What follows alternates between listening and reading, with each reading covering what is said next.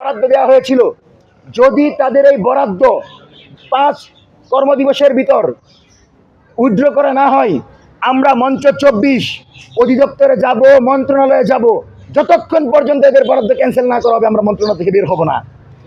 এবং এই বরাদ্দ কিন্তু তারেক রহমান দেয় নাই, এই বরাদ্দ দেওয়া হয়েছে মন্ত্রণালয়ে থাকা আমলাদের মাধ্যমে। তার মানে আমলারা এখনো চাই হাসিনার পক্ষে জুলাইয়ের বিরুদ্ধে কোনো সাংস্কৃতিক কর্মকাণ্ড সক্রিয় হোক।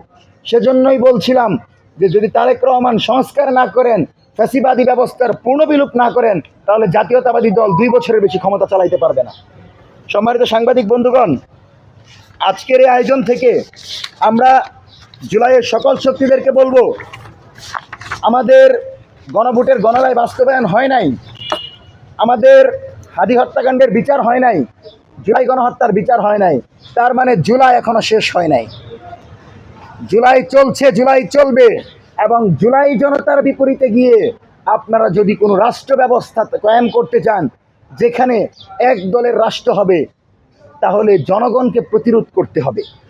জনগণকে প্রতিরোধ করে যদি এই সরকার ক্ষমতায় থাকতে চায়, তাহলে এই সরকারের বিরুদ্ধেও আমাদেরকে মাঠে নামতে হবে।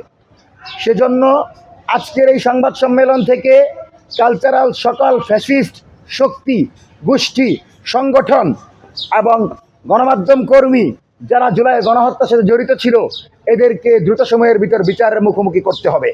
এবং জুলাইকে কেন্দ্র করে যে সকল সাংস্কৃতিক সংগঠনকে বরাদ্দ দেওয়া হয়েছে, সে সকল সাংস্কৃতিক সংগঠনের পূর্বের ইতিহাস পর্যালোচনা করে পুনরায় তাদের জন্য বরাদ্দ নির্ধারণের দাবি জানাচ্ছি।